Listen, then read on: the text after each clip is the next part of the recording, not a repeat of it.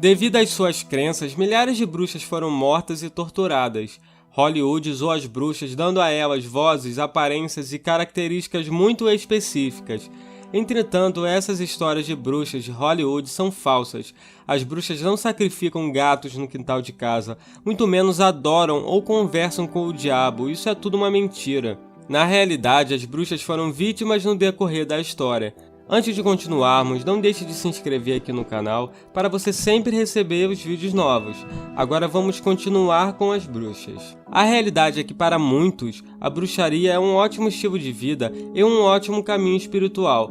A bruxaria é totalmente ligada à natureza e aos ciclos da vida e das estações. As magias são feitas para trazer bem-estar. A palavra bruxa está totalmente ligada à palavra Wicca, e muitos bruxos entendem essa palavra como mudar, moldar e formar, sendo que o Wicca também é o nome da religião que se baseia nas tradições da bruxaria. Imaginem o seguinte, a bruxaria é como se fosse um todo, e a Wicca é uma das religiões dentro da bruxaria, que se baseia nas tradições da bruxaria. Logo, nem todas as bruxas praticam Wicca.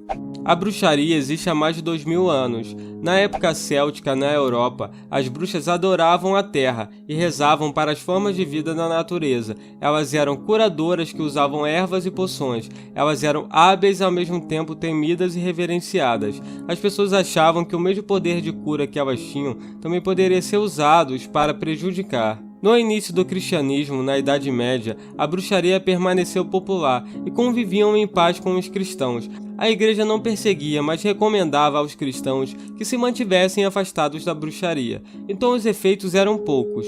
Em 1231, a Igreja Católica Romana criou a Santa Inquisição, que tinha como objetivo capturar os heréticos.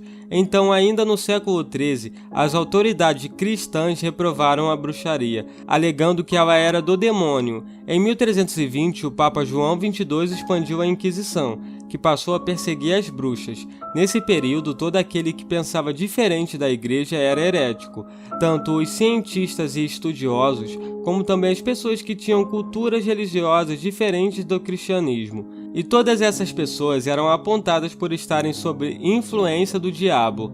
Então, no século XIV, a perseguição continuou, e milhares de pessoas, na maioria mulheres, foram enforcadas ou queimadas. Já em 1486, no século XV, dois monges dominicanos publicaram o livro Malleus Maleficarum, em português conhecido como O Martelo das Bruxas. Esse foi o primeiro livro sobre bruxaria que visa especificamente as mulheres, e entre essas mulheres houve uma que se chamou Walpurga Hausmann, uma parteira que morava em Dillingen, na Alemanha. Em 1587, quando houve uma série de mortes de bebês, suspeitaram que ela fosse uma bruxa. Ela foi presa e, sob tortura, confessou ter matado 46 bebês e sugado seus sangues. A tortura só parou quando ela confessou tudo aquilo de que era acusada. Então, depois de confessar os crimes, Walpurga foi queimada viva. Alguns anos depois, em 1611, a Bíblia, na versão do rei Tiago, em Êxodos, capítulo 22, versículo 18, afirmou: "A feiticeira não deixarás viver." Esta é uma versão da Bíblia que só chegou aos Estados Unidos no fim do século 17.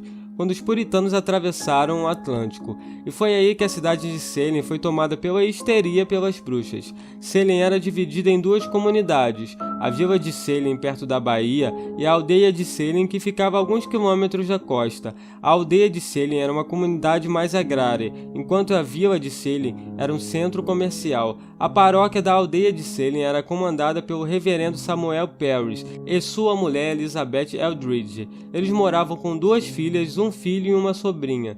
Em 1692 aconteceu uma série de problemas sociais, econômicos e religiosos na região. Nesse período, a cidade de Salem estava arrasada.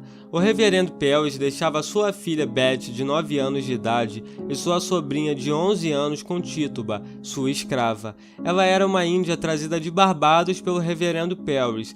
Certo dia, Tituba contou histórias fantasiosas de sua vida em Barbados para Beth e sua prima, incluindo magia e voodoo. O segredo logo se espalhou para as outras meninas da aldeia, que resolveram se aproximar do trio para saberem mais sobre o assunto. Tituba ensinou a utilizarem claras de ovos em água para saberem com quem elas iriam se casar. Aquilo para Tituba era uma prática normal, ela utilizava os meios da natureza para conseguir essas informações, mas essas práticas eram contrárias às crenças puritanas.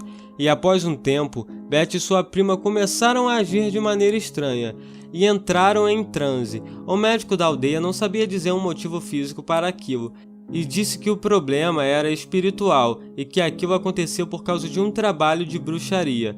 Outras meninas da aldeia também apresentaram os mesmos sintomas, mas em vez de separá-las, eles colocaram todas elas juntas, o que foi uma ideia muito ruim.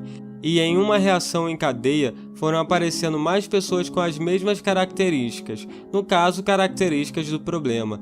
Foi neste momento em que o reverendo Pelvis começou a acreditar que o diabo havia chegado na cidade de Salem.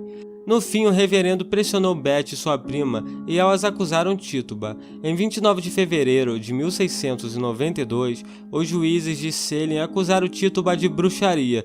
De início, ela negou as acusações, mas depois resolveu confessar.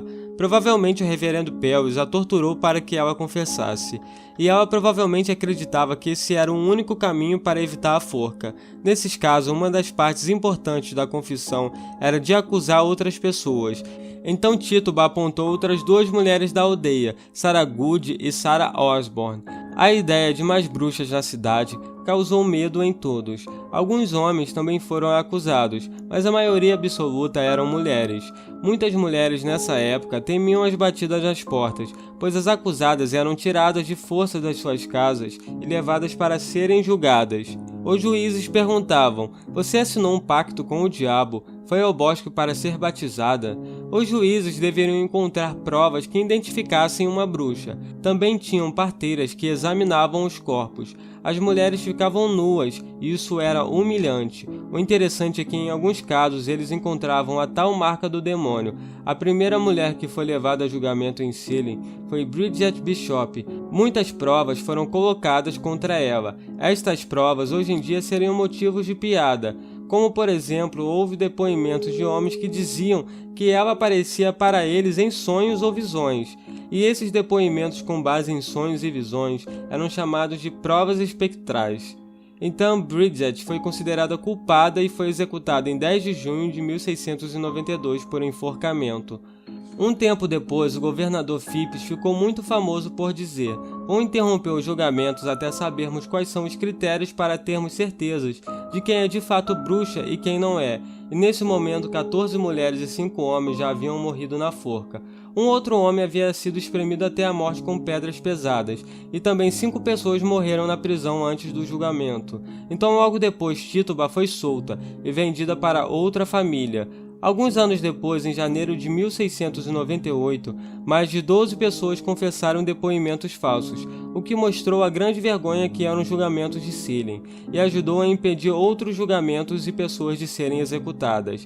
É interessante destacar que em 1992, 3 séculos depois, as bruxas vítimas foram lembradas em um memorial, mas as percepções negativas sobre elas ainda persistiram. Voltando agora um pouco no tempo, o século XVIII trouxe o fascínio pela ciência e a racionalidade. As autoridades diziam para a população que era ridículo acreditar em bruxas que voavam e em feitiços, que na realidade a bruxaria era impossível. Então a lei de 1736 anulou a lei anterior e afirmou que se alguém dissesse ter poderes sobrenaturais, seria preso como falsário e não como bruxa ou bruxo. Na Alemanha, a última execução foi em 1775 e na Suíça em 1782. Os historiadores estimam que cerca de 50 mil pessoas morreram como bruxas ou bruxos, e 80% eram mulheres. No século XIX, as pessoas cultas consideravam a bruxa como uma figura patética. A literatura infantil também ajudou bastante a transformar a bruxa em uma mulher tola e doente, mas mesmo assim as bruxas continuaram assustando, principalmente nos dias de Halloween, que se formou a partir do antigo festival de Samhain, que era um festival que celebrava a colheita e comemorava a passagem do ano dos Eldianos. A bruxa má e com o rosto verde se tornou popular e permaneceu. No século XX, Hollywood usou esta imagem na Bruxa do Oeste em O Mágico de Oz, com rosto verde, roupas pretas e risos ameaçadores, sendo que todas essas coisas são negativas e dão uma imagem ruim às bruxas. As bruxas de hoje em dia se incomodam com todos esses estereótipos. Essas informações erradas que temos sobre as bruxas foram criadas pela Igreja Católica para poder justificar quando ela matava e torturava as pessoas, que tinham no caso a opinião diferente do da Igreja. E como as pessoas foram ignorantes, essas informações continuaram sendo passadas adiante. Bem pessoal, este vídeo de hoje foi mais especificamente sobre as bruxas de Salem. Se vocês gostarem, vai ter mais conteúdo sobre o assunto. Eu quero desejar um abraço a todos vocês e até o próximo vídeo.